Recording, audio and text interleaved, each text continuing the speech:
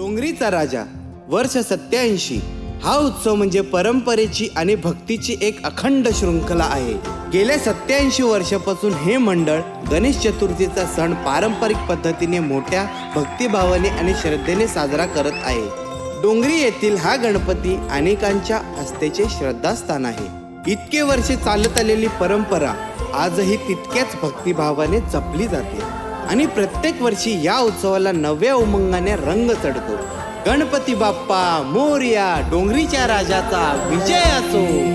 चला पाहूया डोंगरीच्या राजाचं आगमन कसा असतो।